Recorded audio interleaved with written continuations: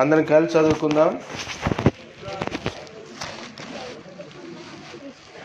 తెలుగు బైబిల్లో 575 page 575 page యెషయా గ్రంథం 9వ అధ్యాయం 6వ వచనం. ఏలయనగా మనకు శిశువు పుట్టెను, మనకు కుమారుడు అనుగ్రహింపబడెను, ఆయన భుజం మీద రాజ్యభారముండును. ఆశ్చర్యకరుడు, ఆలోచనకర్త, బలవంతుడైన దేవుడు, నిత్యుడగు తండ్రి, సమాధానకర్తయగు అధిపతి అని అతనికి పేరు పెట్టబడును. చిన్న ప్రార్థన చేసుకుందాం. తల్ల వంచండి.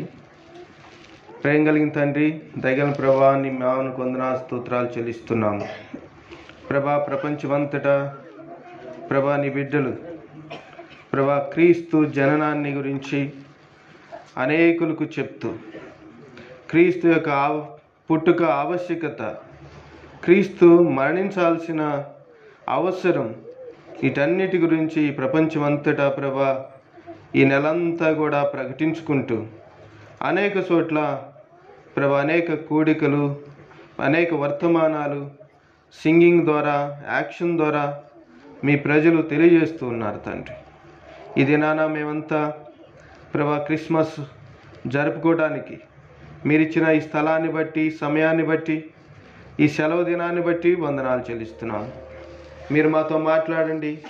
యెషయా గ్రంథంలో ప్రభా కొన్ని వందల సంవత్సరాల క్రితం ఆయన చెప్పబడిన మాటల యొక్క అర్థం ఏమిటో మీరు మాకు వివరించమని, మీరే నిత్య జీవపు మాటలు కలిగిన దేవుడు గనుక మీరు నిల్చుండి మాకు బోధించమని ప్రభువైన యేసుక్రీస్తు నామమున అడిగి వేడుకుంటున్నాం తండ్రి, ఆమేన్.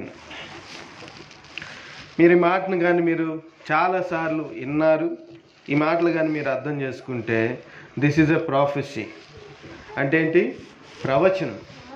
కొన్ని వందల సంవత్సరాల క్రితం, అంటే సుమారుగా కొన్ని వేల సంవత్సరాల క్రితం యెషయా భక్తుడు తన ప్రజల కోసం, ప్రత్యేకంగా ఇశ్రాయేలీలు ఏదాగా ఇడిపోయిన ఈ ప్రజలు, రెండు గుంపులుగా ఇడిపోయిన ప్రజలు నానా అవస్థలు, ఇబ్బందులు, కష్టాలు పడుతున్న సమయంలో, ఏ దినానైనా ఎవరైనా మా కోసం వస్తారేమో అని ఎదురు చూస్తున్న సందర్భంలో, మా కష్టాలు తీరుతాయేమో అనే సందర్భంలో యెషయా భక్తుడు వాళ్ళ కొరకు ఒక మాట చెప్పాలని ఈ మాట చెప్తా ఉన్నాడు. అది జరిగిన 700-800 సంవత్సరాల తర్వాత ఈ ప్రవచనం నెరవేరుతూ వచ్చింది. ఆయన చెప్పిన మాట ఏమిటంటే, మనకు శిశువు పుట్టెను, ఆయనకు కుమారుడు అనుగ్రహించబడెను, ఆయన భుజం మీద రాజ్యభారం ఉండును అని చెప్తూ ఆయన ఎలాంటి వాడో చెప్తా ఉన్నాడు. ఆయన ఆశ్చర్యకరుడు, ఆలోచనకర్త, బలవంతుడైన దేవుడు, నిత్యుడగు తండ్రి, సమాధానకర్తయగు అధిపతి అని అతనికి పేరు పెట్టబడను. ఆయన చెప్పిన మాటలు ఇవి. అయితే నేనేం చెప్తాను అంటే, వీటిని మనం ఎలా ఆలోచించాలంటే, these are the gifts of Christmas.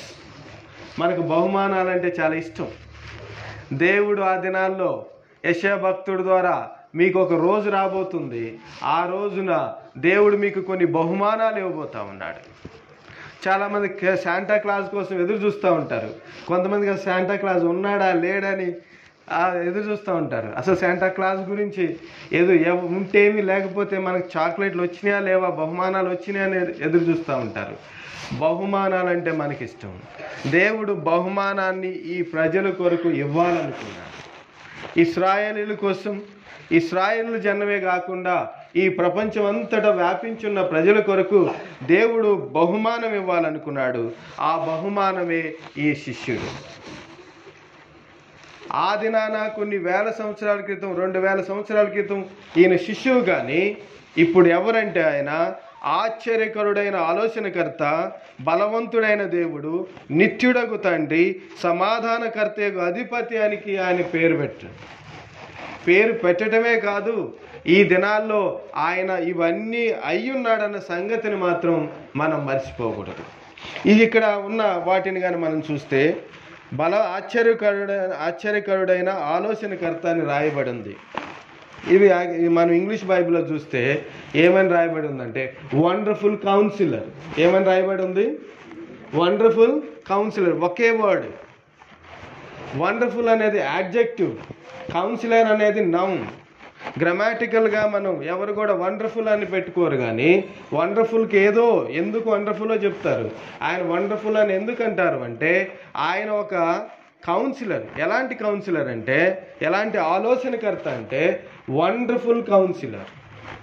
అద్భుతాలు చేసే, అద్భుతం చేయగలిగే, అద్భుతాలు చేయించగలిగే ఒక ఆలోచనకర్త అని ఆ దినాన యెషయా భక్తుడు చెప్తూ వచ్చాడు. ఆ తర్వాతది ఏముందంటే, బలవంతుడైన దేవుడు, నిత్యుడగు తండ్రి, సమాధానకర్తయగు అధిపతి. ప్రతి దానికి కూడా ఒక యాడ్జెక్టివ్ని, అంటే తెలుగులో ఏమంటారు, విశేషణాన్ని ఆయన యాడ్ చేస్తూ వచ్చాడు. తెలుగులో మనకు 2 భాగాలుగా ఉన్నాయి, కానీ వాటిని ఒక భాగంగా మనం చదువుకోవడానికి ప్రయత్నిద్దాం. మొట్టమొదటిది మాత్రమే నేను ఈ ఉదయకాల సమయంలో మీతో చెప్పి నేను ముగిస్తాను. అదేంటంటే, ఆశ్చర్యకరుడైన ఆలోచన. ఎవరంటే ఈ శిష్యుడు పెద్ద అయిన తర్వాత ఏమవుతాడంట? ఆశ్చర్యకరుడైన ఆలోచనకర్త. ఆలోచనకర్త అంటే ఏమిటి? ఆలోచనకర్త అంటే ఏమిటి? ఏంటో తెలుసా? ప్రతి వాళ్ళకి ఆలోచన చెప్పేవాళ్ళు కావాలి. ప్రతి వారికి ఆలోచన చెప్పేవారు కావాలి. మరి దేవుని నమ్మని వాళ్ళు కూడా భార్య అంట ఏదో కరణేష్ ఏదో అంటారు, వాళ్ళు ఆలోచనకర్త అని చెప్తారు వాళ్ళు. అంటే ఏంటి? భర్తకి ఏమి కావాలో ఆమె చెప్తుందంట, ఏం చెయ్యాలో. మనకి ఆలోచనకర్త. ప్రతి గవర్నమెంట్ కూడా జగన్మోహన్ రెడ్డికి కొంతమంది ఆలోచనకర్తలు ఉన్నారు, రేవంత్ రెడ్డికి కొంతమంది ఆలోచనకర్తలు ఉన్నారు. వీళ్ళందరూ ఏం చేస్తారంటే వాళ్ళు ఏం చేయాలో చెప్తా ఉంటారు. ఈ ఆలోచనకర్త, వండర్ఫుల్ ఆలోచనకర్త, ఈ కౌన్సిలర్ అనే దాన్ని కానీ మనం అర్థం చేసుకుంటే డిక్షనరీలో ఏం రాయబడి ఉందంటే, a person who gives guidance on personal or psychological problems. This is the definition from the English dictionary. English డిక్షనరీలో ఉన్నది ఏంటంటే, ఈ కౌన్సిలర్ ఎవరు అని అంటే ఈయన గైడెన్స్ ఇచ్చేవాడు. ఇంకొకటి ఏ గైడెన్స్ దేని గురించి అంటే పర్సనల్ అండ్ సైకలాజికల్ ప్రాబ్లమ్స్. ఏం ప్రాబ్లమ్స్ అంటే? Personal psychological problems. ప్రతి మనిషికి కొన్ని వ్యక్తిగతమైన సమస్యలు, ఎవరికీ చెప్పుకోలేని సమస్యలు, సైకలాజికల్ సమస్యలు, సైకలాజికల్ డిజార్డర్స్ అంటాం ఈ రోజుల్లో.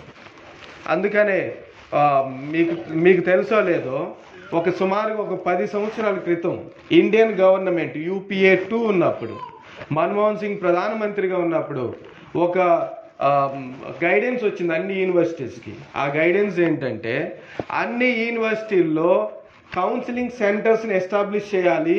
ఇమ్మీడియట్లీ మీరు కౌన్సిలింగ్ సెంటర్లో ఎస్టాబ్లిష్ చేయండి. ప్రతి యూనివర్సిటీలో, ప్రతి కాలేజీలో, ప్రతి స్కూల్లో ఒక కౌన్సిలర్, ఒక ఎక్స్పర్ట్, ఈ ప్రాబ్లమ్స్ని డీల్ చేయడానికి ఒక ఎక్స్పర్ట్ ఉండాలని గవర్నమెంట్ ఒక గైడెన్స్ని ఇష్యూ చేసింది. అది అందరూ తప్పకుండా పాటించాలని చెప్పింది. ప్రతి యూనివర్సిటీలో కూడా ఆ కౌన్సిలింగ్ సెంటర్స్ పెట్టారు. అప్పుడు నేను PhD చేస్తూ ఉన్నారు, మా దగ్గర కూడా ఒక కౌన్సిలింగ్ సెంటర్ పెట్టారు. కొంతమంది కౌన్సిలర్ని అందులో అపాయింట్ చేశారు. వాళ్ళు సైకాలజిస్ట్. ఈ సైకాలజీ ఎవరు చదువుతారో వాళ్ళని కౌన్సిలర్స్గా అందులో అపాయింట్ చేశారు. అప్పుడు నేను అడిగాను యూనివర్సిటీలో, మీరు ఎందుకు ఈ కౌన్సిలింగ్ సెంటర్స్ పెట్టారు అంటే, ఇది గవర్నమెంట్ ఆర్డర్. ఈ స్టూడెంట్స్ రకరకాల ప్రాబ్లమ్స్తో ఉన్నారు. టీచర్స్ కూడా చాలా ప్రాబ్లమ్స్ ఉన్నాయి. నాన్ టీచింగ్లో ఉన్న వాళ్ళకి కూడా చాలా సైకలాజికల్ ప్రాబ్లమ్స్ ఉన్నాయి. కాబట్టి ఈ సైకలాజికల్ ప్రాబ్లమ్స్ని డీల్ చేయటానికి ఈ సైకాలజిస్టులు కావాలి అని చెప్పి వాళ్ళు అపాయింట్ చేయటం జరిగింది. చాలామందికి ప్రాబ్లమ్స్ అనేవి సహజంగానే ఉన్నాయి. ఇప్పుడు ఇంకా ఈ టెక్నాలజీ పెరగటం వల్ల, ఈ స్పీడ్ యుగం, మనం చాలా స్పీడ్గా మనం అన్నీ చేయటం వల్ల చాలా రకాలైన సైకలాజికల్ డిజార్డర్స్ గుండా, స్ట్రెస్ గుండా జనం వెళ్తూ ఉన్నారు. ఆ దినాల్లో బహుశా వాళ్ళకి వండర్ఫుల్ కౌన్సిలర్ అంటే ఆ దినాల్లో వాళ్ళకి అర్థమైందో లేదో నాకు తెలియదు, కానీ నేను కూడా చిన్నప్పుడు ఈ మాటని అసలు ఏం అర్థం చేసుకోలేకపోయాను, ఏంటి ఇది ఆలోచనకర్త అని అనుకున్నాను. కానీ ఇప్పుడు 21st సెంచరీలో 2023లో మనం నిలబడి ఆలోచిస్తే ఈ వండర్ఫుల్ కౌన్సిలర్ ఎందుకు అంటే ప్రతి దినం మనకు ఆలోచన చెప్పేవాళ్ళు కావాల్సిందే. అందుకనే బైబిల్లో ఏం రాయబడిందంటే సామెతలు 15:22లో ఈ విధంగా రాయబడింది, plans fail for lack of counsel. ఉద్దేశములు వ్యర్థములాగును. If there is no counselling plans fail.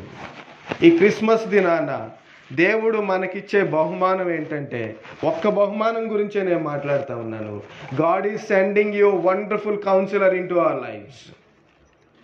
Christmas అంటే ఒక చిన్న పిల్లోడు వీడియో నేను చూస్తూ వచ్చాను. ఏంటంటే it's accepting Jesus Christ into our hearts. ఈ హృదయంలోకి వచ్చిన యేసుక్రీస్తు మనకేం చేస్తాడు అంటే ఒక అద్భుతమైన ఆలోచనకర్తగా మన జీవితాల్లో వచ్చాడు. మనకి బంగారం, వజ్రాలు, ఇళ్ళు, కార్లు ఇవి కాదు దేవుడు మనకిస్తున్న బహుమానం. ఇవన్నీ దేవుడికి తెలుసు, అవన్నీ మనకిస్తాడు మనకేం కావాలో. కానీ ఒక ముఖ్యమైన బహుమానం క్రిస్మస్ దినాన దేవుడు మనకు పంపుతున్న బహుమానం ఏమిటంటే ఆలోచన చెప్పే ఒక అద్భుతమైన ఆలోచనకర్తని మన హృదయాల్లోకి, మన జీవితాల్లోకి, మన సంఘాల్లోకి దేవుడు పంపుతూ ఉన్నాడు. ఇది ఒక అద్భుతమైన బహుమానంగా మనం అర్థం చేసుకోవాలి.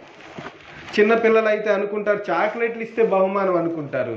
కానీ వాళ్ళకి నిజమైన బహుమానం ఏంటో తెలుసా? తల్లిదండ్రులు ఇచ్చే బహుమానం వాళ్ళ పక్కన కూర్చొని వాళ్ళతో మాట్లాడే, వాళ్ళని అర్థం చేసుకునే, వాళ్ళ సమస్యలను పరిష్కరించగలిగే ఒక తండ్రి, ఒక తల్లి కావాలి. ఒక చాక్లెట్ ఇస్తే చిన్నపిల్లవాడు తెలియదు కనుక వాళ్ళు సంతోషపడతారు. క్రైస్తవులు కూడా దేవుడు ఏదన్నా ఒక కారు ఇస్తేనో, ఒక ఇల్లు ఇస్తేనో, లేకపోతే బంగారం ఇస్తేనో, ఉద్యోగం ఇస్తేనో సంతోషపడే వాళ్ళు ఉన్నారు. ఎందుకంటే వాళ్ళు ఇంకా ఎదగలేదు. ఎదిగిన బిడ్డలు అయితే ఏం ఆలోచిస్తారో తెలుసా? నాన్న మీరు నాతో మాట్లాడండి, అమ్మ మీరు నాతో మాట్లాడండి అని అడుగుతారు. కాబట్టి ఎదిగిన క్రైస్తవులకి కావాల్సిన బహుమానం ఏమిటంటే ఆలోచనకర్త అయిన దేవుడు. మన దేవుడు ఎలాంటి దేవుడు? మనకి క్రిస్మస్ దినాన్ని ఇస్తున్న బహుమానం ఏమిటంటే ఆలోచన చెప్పే ఒక ఆలోచనకర్తను దేవుడు మన దగ్గరికి యేసుక్రీస్తు రూపంలో పంపుతా ఉన్నాడు. ఎందుకు ఆలోచనకర్తను పంపుతున్నాడు? ఈ బహుమానం మనకి ఎందుకు అంటే, ఈ బహుమానం ఎందుకో నేను చెప్తాను. ఎందుకో చెప్తాను. అదేంటంటే మరి మనకంటే ముందు జీవించిన అబ్రహాము, మోషే, దావీదు, శాంసన్, సాల్మన్, యెషయా, ఇంకా పెద్ద పెద్ద దానియేలు లాంటి భక్తులు ఏ రోజు కూడా దేవుణ్ణి తండ్రి అని అడగలేదు. ఎక్కడైనా మీరు చూసారా? పరలోకమందున్న తండ్రి అని వాళ్ళు ప్రార్థన చేయడం మీరు ఎప్పుడైనా చూసారా? వాళ్ళు ఒక్కరి దేవా, మై లార్డ్, మై మాస్టర్, మా యజమానుడా, ఇవే మాటల్ని వాళ్ళు బోధిస్తూ వచ్చారు, అవే మాటల్ని వాళ్ళు పలుకుతూ వచ్చారు. కానీ యేసుక్రీస్తు ఈ లోకానికి వచ్చిన తర్వాత ఆయన ఏం చేశాడో తెలుసా? ఈ ప్రభు ఎవరైతే ఉన్నారో, ఈ ప్రభు పాత నిబంధనలో ఎక్కడ తప్పు చేస్తే అక్కడ పట్టుకొని వాళ్ళని వాళ్ళ అపరాధులుగా చూపించి వాళ్ళు పాపానికి పరిహారం చేసుకునేటట్లుగా వాళ్ళు చేసిన ప్రతి తప్పుకి పరిహారం చెల్లించాలి. ఒక కోడినో, ఒక మేకనో, ఒక గొర్రెనో తీసుకొచ్చి వాళ్ళు అక్కడ సంపాదించటం, ఇక్కడ బలులు ఇవ్వటం, వాళ్ళు సంపాదించింది అంతా ఖర్చు పెట్టడం. మన సమయం వచ్చేలాగా దేవుడు ఏం చేశాడో తెలుసా? ఏం చేశాడు? నిత్యుడగు తండ్రిగా ఆయన కనపరుచుకుంటూ, పరలోకమందున తండ్రి అని నన్ను సంబోధించండి. ఇక నేను మీకు ప్రభువుగా కాదు ఉండేది, ప్రభువు కంటే ఒక అద్భుతమైన విషయాన్ని మీకు నేను చెప్తాను. అదేంటో తెలుసా? ఇక నుంచి పరలోకమందున్న తండ్రి, నేను తండ్రిని. ఇప్పుడు మనం ముఖ్యమంత్రి దగ్గరికి అయితే పోయి మనం మాట్లాడగలమా ప్రతిరోజు? ఆయన అధికారి. కానీ తండ్రి దగ్గరికి అయితే ఏ సమయంలో అయినా పోవచ్చు.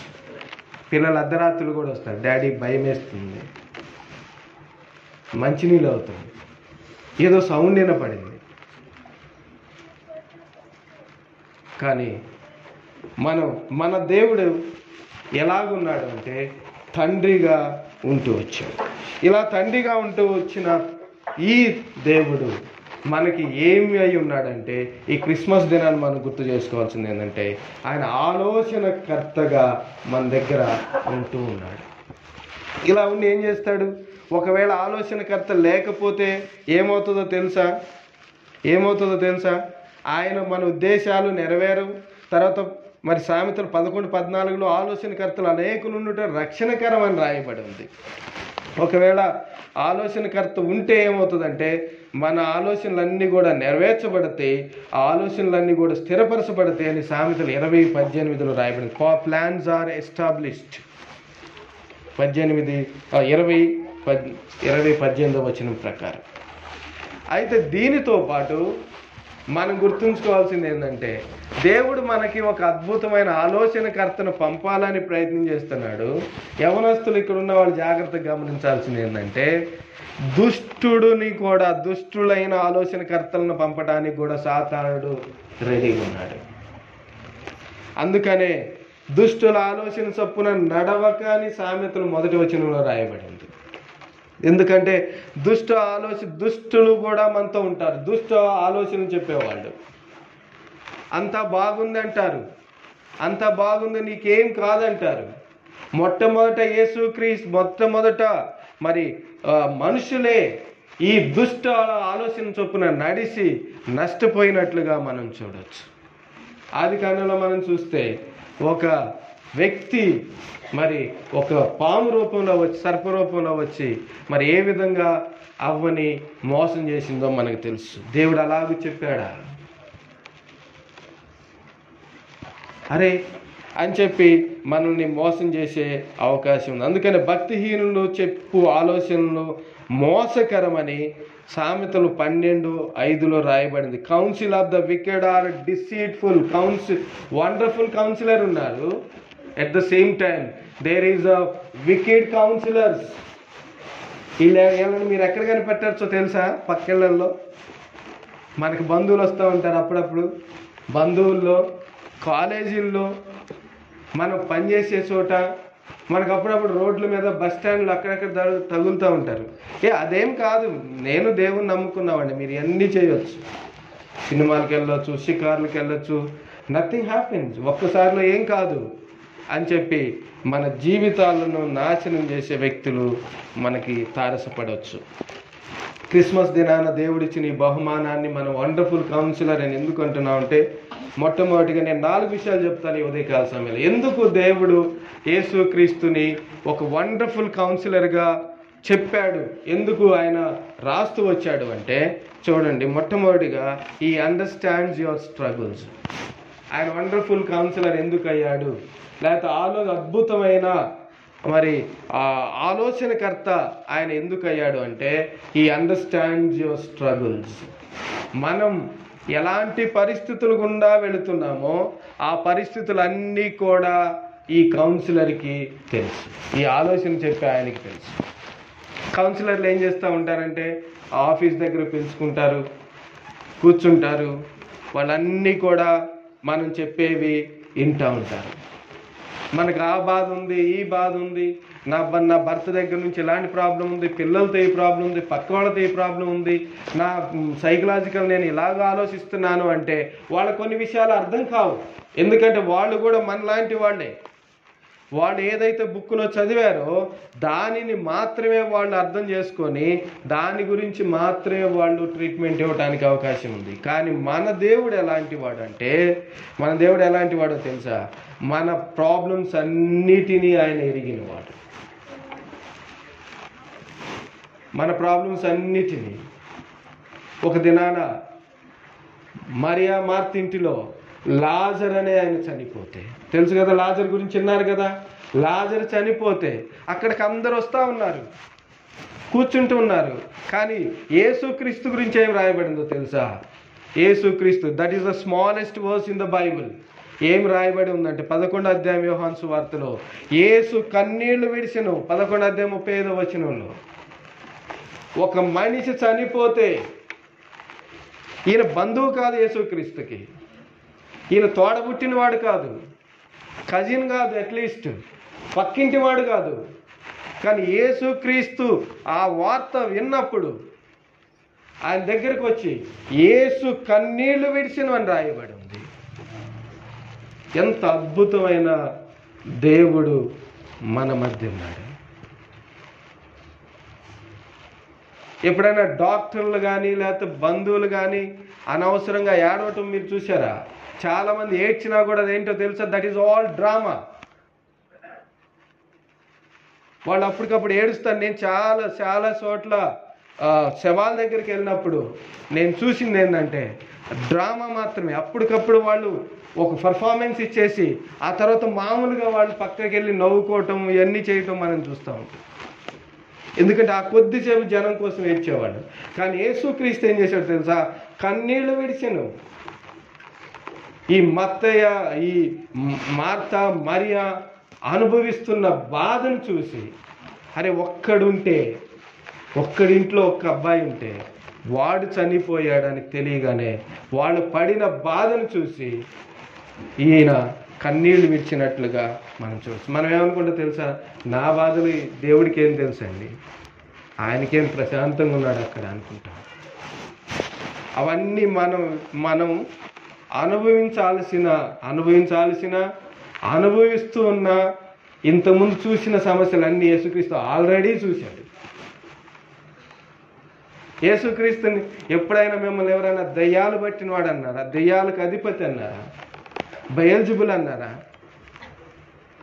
మనం ఎవరైనా పిచ్చోడా, ఎర్రోడా అంటేనే మనం విపరీతంగా గొడ్డలు చించుకొని మరి కేకలేసి అందరిని పిలిచి రచ్చ చేస్తాం. కానీ యేసుక్రీస్తుని దెయ్యాలకు అధిపతి అని, యేసుక్రీస్తుని చెంపపై కొట్టారు, గుడ్డలు చించి ఎగతాళి చేశారు. నిన్ను కొట్టింది ఎవరో కనుక్కోమని ఎగతాళి చేశారు. ఎంత దారుణమో తెలుసా? ఒక మనిషిని కూర్చోబెట్టి కొట్టి నిన్నెవడు కొట్టాడో చెప్పు అంటే మనకు ఎలా ఉంటుంది? అవన్నీ ఆయన అనుభవించాడు, ఆకలిని అనుభవించాడు, దారిని పోతూ ఏదన్నా దొరికిద్దా అని ఆలోచించాడు, చెక్క పని చేసుకొని బ్రతికాడు. మనం చేసే కష్టం మనం అనుకుంటాం ఉదయం నుంచి సాయంత్రం వరకు ఇంత కష్టం నాలాగే ఎవరు పడట్లేదే అని అనుకుంటాం. రోజు సాయంత్రం మేము కూడా చెప్పుకుంటాం అందరం, అంత పని అయింది, ఇంత పని అయింది, వర్క్ లోడ్ ఎక్కువైంది, అది చేయాలి ఇది చేయాలని. కానీ చెక్క పని చేశాడు యేసుక్రీస్తు. కానీ ఇంకా ఇంతకంటే ఆయనకంటే ఒక మనిషి ప్రాబ్లంను అర్థం చేసుకోవడానికి ఇంకా ఏమి అనుభవించాలి ఒక వ్యక్తి? కాబట్టి నీకు ఏ బాధ అన్నా కూడా, అవమానించారన్నా ఆయనకు అర్థమైంది, ఎవరన్నా నిన్ను కొట్టారంటే అర్థమైంది, నీ ఆస్తులు లాక్కున్నారు అంటే అర్థమవుతుంది, నిన్ను అవమానించారు అంటే ప్రతిదీ ఆయన అర్థం చేసుకుంటాడు, పేదరికాన్ని అర్థం చేసుకుంటాడు. ఇంకొక విషయం చెప్పమంటారా? హిజ్ ఫ్యామిలీ బ్యాక్గ్రౌండ్ మీకు తెలిసే ఉంటుంది. ఒకసారి గుర్తు చేస్తాను, ఎలాంటి బ్యాక్గ్రౌండ్ నుంచి వచ్చేసారు యేసుక్రీస్తు. చాలామంది అంటూ ఉంటారు, మా ఫ్యామిలీ బ్యాక్గ్రౌండ్ గురించి నేను చెప్పుకోలేను. చాలామంది తల్లిదండ్రుల గురించి కూడా చెప్పుకోలేరు. ఎవరో వచ్చారంటారు. నేను ఒక ఆయన భీమవరంలో నేను పనిచేసేటప్పుడు మా పక్క రూమ్లో ఉండేవాడు. ఆయన బ్యాంకులో ఆఫీసర్. యాక్చువల్లీ మీదే ఊరు సార్ అంటే ఆయన ఊరి పేరు చెప్పడు. ఎందుకంటే ఆ ఊరు అంటే జనానికి చిన్న చూపు. తర్వాత నాకు తెలిసింది ఏంటంటే ఎందుకంటే ఆయనది పెద్దాపురం, ఈస్ట్ గోదావరి జిల్లాలో. సార్ ఆ ఊరు అంటే చాలామందికి చిన్న చూపు కనుక ఆ పేరు చెప్పుకోవడానికి నాకు ఇష్టం ఉండదని చెప్పాడు ఆయన నాతో. ఆ పెద్దాపురం అని చెప్పుకోలేక ఆయన కాకినాడ, రామచంద్రాపురం అని చెప్తా ఉంటాడు ఎప్పుడు. ఆ తర్వాత ఎప్పటికో చెప్పాడు పెద్దాపురం అని. అలాంటి పరిస్థితుల్లో అంటే మన ఫ్యామిలీ, మన బ్యాక్గ్రౌండ్ గురించి మన ఊర్ల గురించి మన వెనకున్న వాళ్ళ గురించి చెప్పుకోవడానికి ఇష్టపడు. కానీ యేసుక్రీస్తు ఫ్యామిలీలో ఎవరున్నారు తెలుసా? అవన్నీ మత్తయి సువార్తలో కావాలని దేవుడు రాయించాడు. బహుశా ఎవరున్నారు తెలుసా? మొట్టమొదటిగా మనం చూస్తే తామరు ఉంది, రాహాబ్ ఉంది, మూడో వ్యక్తి ఎవరు తెలుసా? రూతు. వీళ్ళందరూ వాళ్ళ బ్యాక్గ్రౌండ్ చూస్తే మీకు వాళ్ళ గురించి తెలుసు కనుక నేను చెప్పట్లేదు, కానీ వాళ్ళ గురించి బయట చెప్పుకోవడానికి వాళ్ళు సిగ్గుపడే పరిస్థితి. కానీ దేవుడు ఆ పేర్లు ఎక్కడొచ్చినాయి తెలుసా? యేసుక్రీస్తు ఫ్యామిలీ లైన్లో వచ్చినాయి. అవి నువ్వు ఎక్కడి నుంచి వచ్చావని ఆ రోజు యేసుక్రీస్తు మనలాగా వాలీబాల్, ఫుట్బాల్, క్రికెట్ ఆడుకుంటా ఉండుంటే, లేకపోతే ఏదైనా గేమ్ ఆడుతూ ఉంటే అక్కడున్న వాళ్ళందరూ యేసుక్రీస్తుని అడుగుంటారే, నీ తాత ఎవరు, మీ అమ్మ ఎవరు, మీ అమ్మ నుంచి వచ్చింది, మీ అమ్మమ్మ ఎవరు అని అడుగుంటారు బహుశా. అవన్నీ చెప్పుకోవడానికి యేసుక్రీస్తు ఎంతగా కష్టపడి ఉంటాడు. రాహాబు ఎవరని అడుగుంటారు.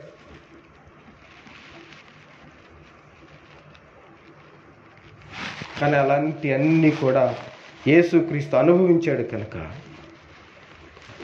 మనం ఆయన దగ్గరికి వెళ్ళి, ప్రభా నాకు ఈ సమస్య ఉందంటే హీ విల్ అండర్స్టాండ్.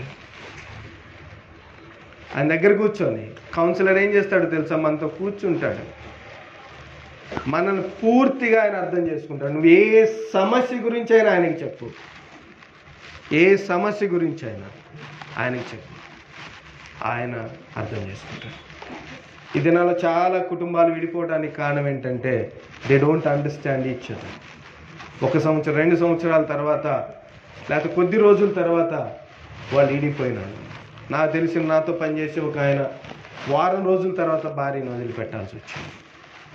ఈ ట్రై టు అండర్స్టాండ్ 1 year ఆమెకి ఛాన్స్ ఇచ్చాడు, కానీ ఆమె అర్థం చేసుకోలేకపోయింది. ఆ తర్వాత విడాకులు తీసుకున్న తర్వాత పెళ్లి చేసుకుని 1 yearకే విడిపోయారు, 1 weekకే విడిపోయారు. 1 weekకే వాళ్ళ పెళ్లి కుదిరింది కూడా. వాళ్ళ పెళ్లి కుదరటం కూడా 1 weekకే. 1 weekలో కుదిరింది, పెళ్ళి అయిపోయింది. 1 weekలోనే విడిపోయారు. ఎందుకంటే they don't understand each other. ఆయన చాలా ప్రయత్నం చేశాడు, అర్థం చేసుకోవడానికి కుదరలేదు. కానీ దేవుడు ఎలా ఉంటాడు అంటే మనం చెప్పే ప్రతిదీ అర్థం చేసుకునే దేవుడు. ఏ సమస్యనైనా, క్రిస్మస్ దినాన దేవుడు మనకిచ్చిన బహుమానం ఏమిటంటే ఆయన దగ్గర కూర్చొని, ప్రభా you understand me, nobody is there to understand me, can you understand? Yes, I'm there to understand you. దేవుడు ఏం చెప్తాడు తెలుసా? ఎవరు నిన్ను అర్థం చేసుకోవట్లేదా? నీ బాస్ అర్థం భార్య అర్థం చేసుకోవట్లేదు, భర్త అర్థం చేసుకోవట్లేదా, అత్తమామలు అర్థం చేసుకోవట్లేదా, పిల్లలు అర్థం చేసుకోవట్లేదా? But I'm there to understand.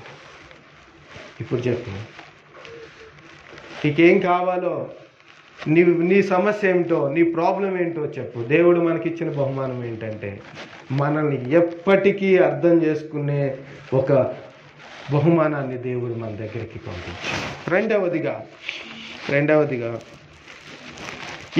ఈ వండర్ఫుల్ కౌన్సిలర్ అని ఎందుకు అంటున్నామంటే, రెండవది ఈ కేర్స్ ఫర్ యూ, నీ గురించి చింతిస్తూ ఉన్నాడు. మామూలుగా కౌన్సిలర్లు, ఈ లోకంలో ఉన్న కౌన్సిలర్లు ఏం చేస్తారు, సైకాలజిస్టులు ఏం చేస్తారంటే వాళ్ళు ఇంకా ఎట్లా మనీ మేక్ చేయాలి, హౌ టు మేక్ మనీ అని ఆలోచిస్తూ ఉంటారు. ఎట్లా డబ్బులు సంపాదించాలని. ఎంతమంది పేషెంట్స్ వస్తారు వాళ్ళందరికీ ఒక సిట్టింగ్కి ఇంత అని, ఇన్ని సిట్టింగ్స్ అయితే ఇంత, 10 సిట్టింగ్స్కి ఇంత, 20 సిట్టింగ్స్కి ఇంత అని వాళ్ళు ఛార్జ్ చేస్తారు. ఇంకా వేరే వాళ్ళు వస్తే ఇంకా ఎక్కువ, అట్లా రకరకాల తీసుకోవాలి, ఎక్కువ సంపాదించాలని ఆలోచిస్తారు. కానీ ఈ కౌన్సిలర్, ఈ ఆలోచనకర్త ఏం చేస్తాడంటే ఆయన మన గురించి ఆలోచిస్తూ ఉంటాడు. అరే నా బిడ్డ ఇలాంటి సమస్య గురించి బాధపడతా ఉన్నాయి. అందుకనే కీర్తన 55:22లో ఏం రాయబడి ఉంది? కీర్తన 52:22లో 55:22 ఏం రాయబడి ఉంది?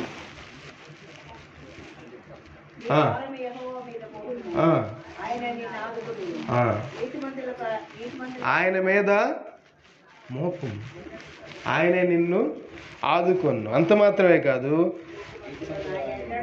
కదిలింపబడడు. 1 పేతురు 5:7లో యేసు మిమ్మును గూర్చి చింతించున్నాడు. ఏదంట? Cast all your anxiety on him because he cares for you. ఆయన నీ గురించి ఆలోచిస్తూ ఉన్నాడు. ఈ లోక కౌన్సిలర్లు, ఈ లోకంలో ఉన్న ఆలోచనకర్తలా కాదు, ఎలాగో డబ్బు సంపాదించాలని ఆలోచించే ఆయన కాదు. ఈయన ఇంకా నా దగ్గరికి రాలేదే, ఇన్ని సమస్యలు పెట్టుకొని ఇన్ని సమస్యలతో ఉండి నా దగ్గరికి ఇంకా రాలేదే అని ఎదురు చూస్తూ ఉంటాడు. Is waiting for you. ఎందుకంటే ఆయన ప్రేమ కలిగిన తండ్రి నీ పక్కన కూర్చొని ఆలోచన చెప్పాలని ఆశ కలిగి ఉన్నాడు. ఒక తండ్రి తప్పిపోయిన కుమారుడు కోసం ప్రతిదినం ఎలాగ ఎదురు చూస్తూ ఉన్నాడో, ఆ తప్పిపోయిన కుమారుడు ఇంటి వైపు రాగానే దూరంగా ఉండగానే ఆయన దగ్గరికి ఎలాగ పరిగెత్తుకొని వెళ్ళి మరి ముద్దు పెట్టుకున్నాడు. ఎన్నో రోజులు వెళ్ళిపోయిన ఆయన రాగానే ఎలాగూ పట్టుకున్నాడు తెలుసా కుమారుడిని. ఆయన ప్రతిదినం ఇంటి ముందు నిలబడి ఎదురు చూస్తూ ఉన్నాడు. నా కుమారుడు వస్తాడా, ఈరోజు వస్తాడా. ఆయన తినడానికి సమయం ఇచ్చాడో లేదో తెలియదు కానీ ప్రతిదినం ఇంటి ముందు నిలబడి ఎదురు చూస్తూ ఉన్నాడు. నా కుమారుడు ఇప్పుడు వస్తాడేమో, ఒకవేళ నేను లేకపోతే వెళ్ళిపోతాడేమోనని ఎదురు చూస్తూ ఉన్నాడు. అలాగే ఈ కౌన్సిలర్ కూడా ఎలాగున్నాడు అంటే, ఈ ఆలోచనకర్త ఇప్పుడు వస్తాడేమో, ఈ సమస్య వచ్చింది కదా ఇప్పుడు వస్తాడేమో, ఇంకో సమస్య వచ్చింది కదా ఇప్పుడు వస్తాడేమో అని ఎదురు చూస్తూ ఉన్నాడు. ఆయన నీ గురించి 10 సమస్యలు పెట్టుకొని ఇంకా నా దగ్గరికి రాలేదే, ఫ్యామిలీ ప్రాబ్లమ్స్ పెట్టుకొని ఇంకా నా దగ్గరికి రాలేదు, ఇన్ని స్ట్రగుల్స్తో ఉండి ఇంకా నా దగ్గరికి రాలేదే అని నేను ఎదురు చూస్తూ ఉన్నాడు. He's waiting for you because he's worrying about you. నా కుమారుడా నా దగ్గరికి రా అని ఒక యాటిట్యూడ్తో ఆయన ఎదురు చూస్తూ ఉన్నాడు. కాబట్టి ఆయన ఎలాంటి వాడు అంటే, ఆయన నీ గురించి ఎదురు చూసే దేవుడు కనుక నిన్ను ఎన్నడను ఇడువడు ఎడబాయడు. అందుకని ఆకాశ పక్షులను చూడడి అని చెప్తాను మత్తయి సువార్తలో. ఎందుకు చూడాలంటే ఆకాశ పక్షుల్ని ఎందుకు చూడాలి? ప్రతిదినం మనం ఏమి తిందుమో ఏమి తాగుదమో అని చింతిస్తూ ఉన్నాం. అందుకని ఆయన ఏం చెప్తా ఉన్నాడంటే, ఎందుకు మీరు చింతించటం, ఆకాశ పక్షులను చూడండి. నేను మీ గురించి ఇంకా ఎక్కువగా ఆలోచిస్తున్నాను, మీరు ఆలోచించాల్సిన అవసరం లేదు. అది యెషయా గ్రంథం 25:3 రాయబడింది. నీవు బేదలకు శరణ్యముగా ఉంటివి. God helps those who help. Sir, ఈ లోకంలో ఉన్న వాళ్ళు ఏం చెప్తారంటే God helps those who help అంటారు. ఇది ఒక కొటేషన్. మనం ట్రై చేసుకుంటే మనం ప్రయత్నం చేయాలి, ఇంకా మనం ఏదో బాగుపడాలనుకుంటే వాళ్ళని దేవుడు బాగు చేస్తాడంట. కానీ దేవుడు ఏం చెప్తున్నాడు? God helps those who can't help themselves. ఎవరైతే వాళ్ళకు సహాయం చేసుకోలేరో వాళ్ళకి సహాయం చేస్తారు. మత్తయి సువార్తలో ఒక చోట ఏం రాయబడిందో తెలుసా? 8వ అధ్యాయం అనుకుంటాను, 32లోనే ఎక్కడో.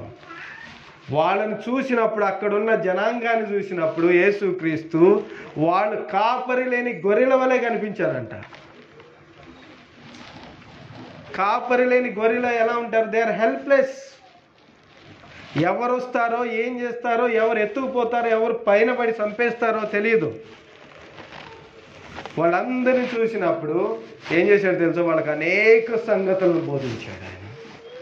ఆ తర్వాత వాళ్ళందరి ఆకలి తీర్చాడు. వాళ్ళు సహాయం చేసుకోలేని వాళ్ళని దేవుడు ఏం చేస్తాడంటే, God helps those people. God is there to help. God helps those who cannot help themselves. మనం సహాయం చేసుకోలేనప్పుడు దేవుడు వచ్చి మనకి సహాయం చేసే దేవుడు. అంత మాత్రమే కాదు, ఆయన మత్తయి సువార్త 11:28లో ఒక మాట చెప్తా ఉన్నాడు. మనకు బాగా తెలుసు ఏంటది? ప్రయాసపడి భారం మోసుకుంటున్న సమస్త జనులారా నా దగ్గరికి రండి. ఏం చేస్తానో నేను చెప్తాను, మీకు విశ్రాంతిని అనుగ్రహిస్తాను. I'm waiting for you, I'm worrying about your problems. మీకు సమయం కుదిరితే పిలిగ్రిమ్స్ ప్రోగ్రెస్ అనే ఒక బుక్ ఉంది, యాత్రికుని ప్రయాణం. అద్భుతమైన బుక్. మీ తెలుగు వర్షన్ కానీ ఇంగ్లీష్ వర్షన్ కానీ చదవండి, ఏదో ఒకటి బుక్ చదవండి. There is a movie also, film కూడా ఉంది.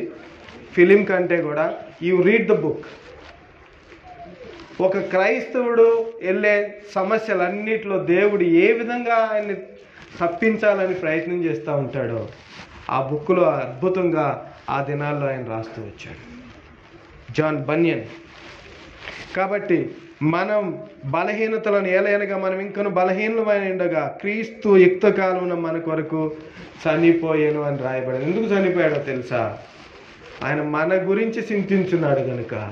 మనం ఈ పాపంలోనే, అందుకని హెస్కేల్ గ్రంథంలో ఒక మాట రాయబడింది, దుష్టుడు తన దుష్టత్వంలో మరణించుట నాకు ఇష్టం లేదు, కానీ వాడు దుష్టత్వం నుండి మరలకొనటే నాకు ఇష్టం. ఆయన మన గురించి చింతించేవాడు కనుక మన కొరకు యేసుక్రీస్తుని లోకానికి పంపించి మన కొరకు మనం అడక్క ముందే ఆయన యేసుక్రీస్తుని సిలువలో బలిగా ఇచ్చాడు. ఆ సిలువలో బలిగా ఇచ్చినప్పుడు ఏమైందో తెలుసా? యేసుక్రీస్తు ఏమని అరిసిందో తెలుసా? దేవా దేవా నన్ను ఎలా చేయి విడిచితివి. యేసుక్రీస్తు ఎన్నడూ ఇష్టపడనిది ఏంటంటే తండ్రి చేయి విడవటం. ఆ తండ్రి మనల్ని గురించి చింతించున్నాడు కనుక ఏం చేశాడు తెలుసా? ఆ తండ్రి యేసుక్రీస్తు చెయ్యిని కూడా విడిచిపెట్టాడు. ఆ ఒక్క క్షణం ఒక పాపిని ఏ విధంగా శిక్షిస్తాడో ఆ విధంగానే యేసుక్రీస్తుని మన కొరకు ఆయన శిక్షిస్తూ వచ్చాడు. ఆ బాధలో అన్ని బాధలు అవమానాలు తట్టుకోగలిగాడు. కానీ యేసుక్రీస్తు ఎప్పుడైతే తండ్రి వదిలిపెట్టాడు అప్పుడు దేవా దేవా నన్ను ఎలాగో చేయి వేస్తే. ఎందుకు చేయి వేయవలసి వచ్చిందో తెలుసా? ఆయన నీ గురించి చింతించున్నాడు కనుక. నువ్వు పాపంలో అలాగే మరణిస్తే ఆ పాపం యొక్క జీతం ఏంటో తెలుసా? నిత్య నరకం కనుక. ఎవరైనా క్రిస్మస్ మాత్రమే జరుపుకుంటూ యేసుక్రీస్తుని మన హృదయాల్లోకి కానీ మీ హృదయాల్లోకి కానీ రానివ్వకుండా ఉంటే దాని పర్యవసానం ఏమిటో తెలుసా? నిత్య నరకం.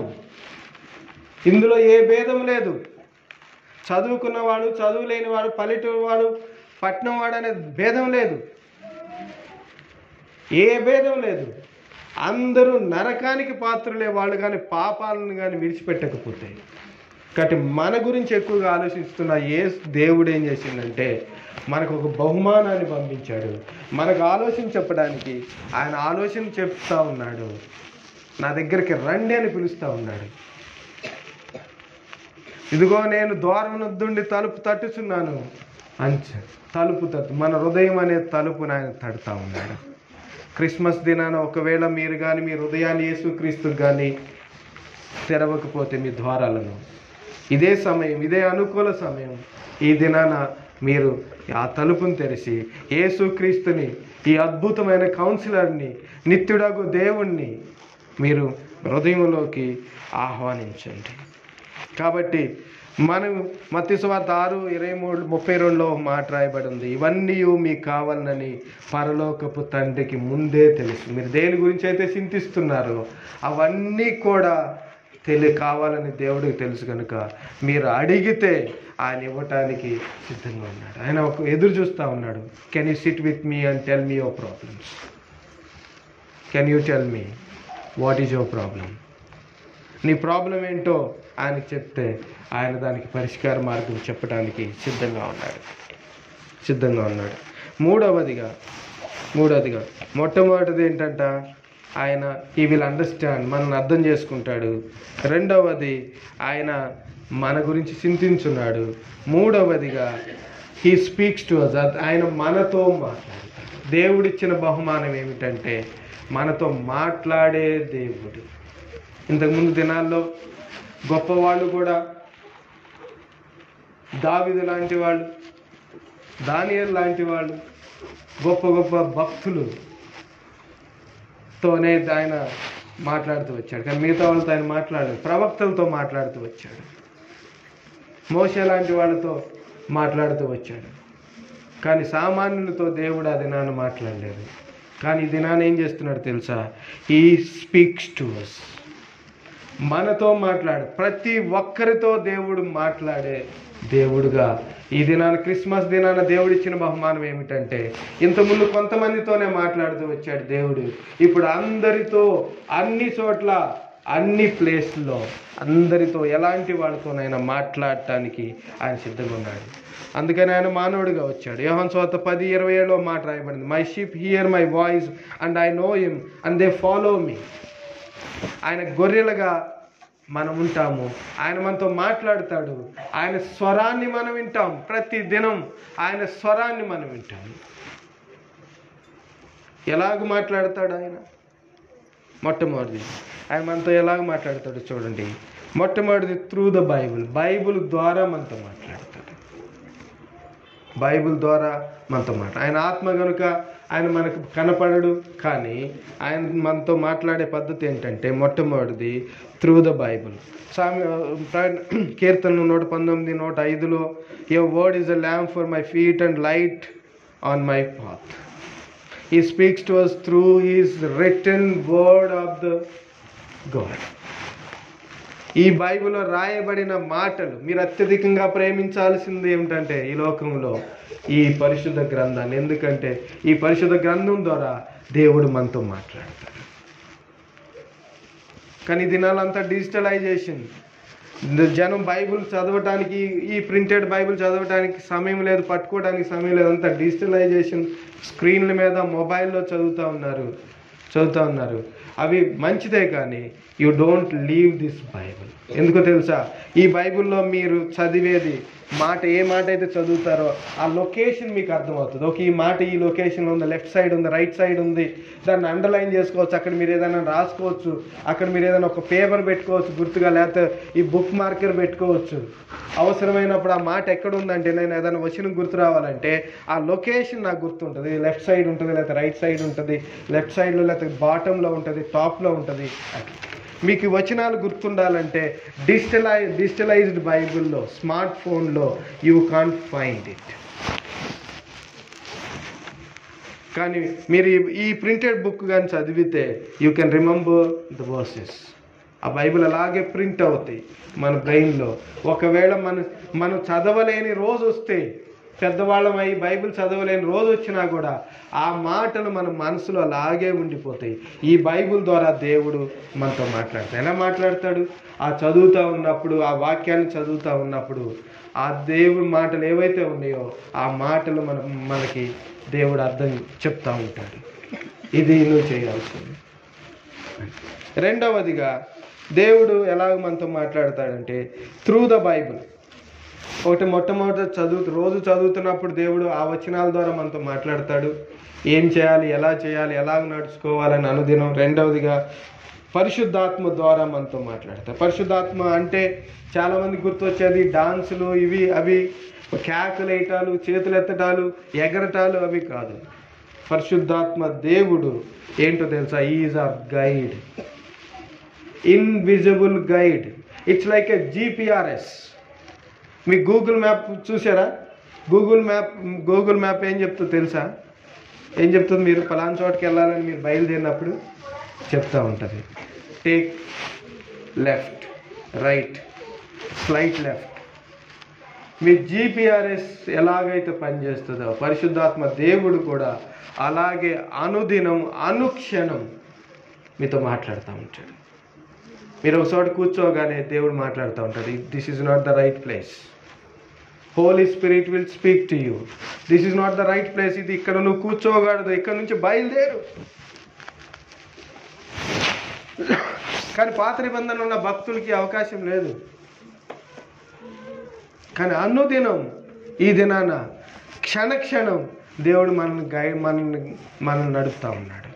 పరిశుద్ధాత్మ దేవుడు మనతో కనిపించడు, కానీ ఎలాగైతే మనల్ని ఈ GPS సిస్టమ్ నడిపిస్తూ ఉంటుందో ఒక డెస్టినేషన్కి, అలాగే మన పరిశుద్ధాత్మ దేవుడు కూడా మనతో మాట్లాడతాడు. ఒకవేళ మీరు ఆఫ్ చేస్తే దేవుడు మీతో మాట్లాడకపోవచ్చు. మీరు చెప్పి చెప్పి చెప్పి చెప్పి చాలాసేపటి తర్వాత మీరు వినకపోతే ఆయన కూడా ఆ చెప్పినా కూడా మీకు వినపడదు. కాబట్టి దేవుడు, అందుకని యోహాను సువార్త 16:13లో రాయబడింది, హోలీ స్పిరిట్ గైడ్ యూ అని రాయబడి ఉంది. ఎలాగ మాట్లాడతాడు ఆయన అంటే, he speak to you through your heart. నీ హృదయంలోనే దేవుడు ఒక ఆలోచన పుట్టిస్తాడు, నువ్వు చేసేది తప్ప ఒప్పు అని. ఓకే, ఇది చెయ్యాలి, ఇది చేయకూడదు. ప్రతి చిన్న విషయం దగ్గర నుంచి పెద్ద విషయాల దాకా ప్రతిదీ దేవుడు మనతో మన హృదయంలో మాట్లాడు. తర్వాత బైబిల్లో ఒక వచనం ద్వారా పరిశుద్ధాత్మ దేవుడు దాన్ని వివరించి మనకు ఒక ఆలోచన ఇచ్చి చెప్తా ఉంటాడు. మూడవదిగా, మీరు తెలిసిన వాళ్ళ ద్వారానో తెలియని ఒక బ్రదర్ ద్వారా సిస్టర్ ద్వారా కొన్నిసార్లు దేవుడు అంటే తెలియని వాళ్ళ ద్వారా కూడా దేవుడు మనతో మాట్లాడుతూ ఉంటాడు. వాళ్ళు వచ్చి, బాబు నువ్వు ఇది చేయొచ్చు కదా, ఇది చేయకూడదు కదా అని చెప్తారు. కొన్నిసార్లు అన్యులు కూడా అంటారు, నువ్వు క్రైస్తవుడు కదా, ఇది చేయకూడదు కదా. దేవుడు ఎవరితోనైనా, ఏ మనిషి ద్వారానైనా కానీ దేవుడు మనతో మాట్లాడే అవకాశం. చివరిగా దేవుడు ఏ విధంగా మాట్లాడతాడు అంటే త్రూ ద చర్చ్, సంఘం ద్వారా దేవుడు మాట్లాడతాడు. Church is the largest supporting system. క్రైస్తవులకి ఒక లార్జెస్ట్ సపోర్టింగ్ సిస్టమ్ ఏంటంటే చర్చ్. అనుదినం ప్రతిరోజు చర్చ్ ద్వారా దేవుడు మనతో మాట్లాడతాడు. చర్చిలో ఎవరుంటారు? చర్చిలో సంఘ పెద్దలు ఉంటారు, సేవకుడు ఉంటాడు, సేవకుని కుటుంబం ఉంటుంది, పరిచారకులు ఉంటారు, సంఘంలో చిన్నపిల్లలు, కొన్నిసార్లు చిన్న పిల్లలు కూడా మనతో మాట్లాడతారు. అంకుల్ ఇలాంటి డ్రెస్ వేసుకున్నావు, నువ్వు వేసుకోకూడదు కదా అని అనొచ్చు వాళ్ళు. ఒకవేళ మనం మంచి డ్రెస్ వేసుకోకపోతే, మనం ఏదైనా మాట్లాడినప్పుడు, అంకుల్ మీరు ఇట్లా మాట్లాడకూడదు కదా, బైబిల్ ఇలా లేదు కదా అని మాట్లాడచ్చు. ఒక పాట ద్వారా మాట్లాడవచ్చు దేవుడు, ఒక వాక్యం ద్వారా మాట్లాడచ్చు, ఇక్కడికి వచ్చిన దైవజనుల ద్వారా దేవుడు మాట్లాడచ్చు. కాబట్టి church is the largest supporting system. కాబట్టి ఎప్పుడైతే దేవుని మాటలు మనం వింటామో, ఆయన మాట వింటామో, మనకి అద్భుతాలు జరుగుతాయి. మోషే లాంటి వాళ్ళు కూడా, మోషే ఎంతో గొప్ప భక్తుడు. చెప్పాలంటే the greatest leader has ever Born in the earth. ఈ భూమిలో ఎవరైనా పుట్టారు అంటే మోషే కంటే గొప్ప లీడర్ లేరు అని నేను చెప్తాను. అంత గొప్ప లీడర్. కొన్ని లక్షల మందిని నడిపించారు. రెబల్ వాళ్ళు, మాట విన్న వాళ్ళని నడిపించిన ఆయన కాదు, మాట వినని వాళ్ళని నడిపించిన వాడు నాయకుడు ఆయన మోషే. అలాంటి గొప్ప నాయకుడు ఒక దినాన వాళ్ళ మామ వచ్చి, అయ్యా నువ్వు ఇట్లా చేయాలి, నేను చెప్పినట్టు చెయ్యాలంటే ఈ జస్ట్ ఒబేడ్. అరే నేను ఇంత పెద్ద నాయకుడిని, నాకెవరురా చెప్పేదాని లేదు. కానీ దేవుడు మనతో ఎవరితోనైనా మాట్లాడచ్చు. సంసోన్తో వాళ్ళ తల్లిదండ్రులు చెప్పారు, అయ్యా ఇక ఇశ్రాయేలులో పిల్లలు లేరా, నేనంత బలవంతుడిని, నాకే చెప్పేవాళ్ళు ఉన్నారా అని ఆయన వినలేదు. He didn't listen to his parents. దాని కాన్సిక్వెన్సెస్ అన్ని ప్రతిదీ నేను నా నెల్సన్ స్టడీ బైబిల్ నా దగ్గర ఉంది. ఆ నెల్సన్ స్టడీ బైబిల్లో వాళ్ళు ఒక నోట్ రాశారు. అందులో ఏముందంటే every sin has its own consequences. ప్రతి పాపం యొక్క పర్యవసానం అనుభవించాల్సిందే. దాని పర్యవసానం ఖచ్చితంగా ఉంటుంది. నువ్వు వింటే బాగుపడతావు, వినకపోతే దాని పర్యవసానం అనుభవించాల్సిందే. ఈ సంసోను ఎలాంటి పరిస్థితిని అనుభవించాడో మనకు తెలుసు. చివరిగా చూద్దాం. మొట్టమొదటిది ఆయన మనల్ని అర్థం చేసుకునేవాడు. రెండవది ఏం చెప్పాను నేను, ఆయన చింతించేవాడు. మూడవది ఆయన మనం మాట్లాడేవాడు. నాలుగవదిగా చివరిగా ఆయన మన మాట వినేది ఏమిటో. మనతో మాట్లాడటమే కాదు, ఈ కౌన్సిలర్, ఈ శిష్యుడు పెద్దవాడిగా మన జీవితాల్లో చేస్తున్న పని ఏంటో తెలుసా? క్రిస్మస్ దినాన్ని మీరు గుర్తుంచుకోండి. ఆయన మనతో మాట్లాడటమే కాదు, మన చెప్పింది కూడా వింటాడు. ఈ దినాల్లో మోస్ట్ ఇరిటేటింగ్ థింగ్ ఏంటో తెలుసా? మనం చాలామందికి, నేను వ్యక్తిగతంగా ఈ పర్సనల్ ఎక్స్పీరియన్స్, చాలామంది కాల్ చేస్తాము. ఎంత కాల్ చేసిన వాళ్ళు ఫోన్ ఎత్తరు. ఫోన్ ఎత్తినా కూడా ఏదో చెప్పగానే టక్కని కట్ చేసి పెట్టేస్తున్నారు. మనం చెప్పేది పూర్తి చేయలేరు. Okay. People don't have time to listen to you. కానీ దేవుడు ఏమంటున్నాడో తెలుసా? చూడండి ఎంత అద్భుతంగా రాయబడి ఉందో. ఇర్మియా గ్రంథం మీద నోట్ చేసుకోండి. ఒకవేళ మీరు అండర్లైన్ చేసుకోకపోతే అండర్లైన్ చేసుకోండి, మెమరైజ్ చేయండి. ఇర్మియా గ్రంథం 33:3లో ఒక మాట రాయబడి ఉంది. Call to me, I will answer and tell you things you don't know. తెలుగులో ఎవరైనా చదువుతారా? నాకు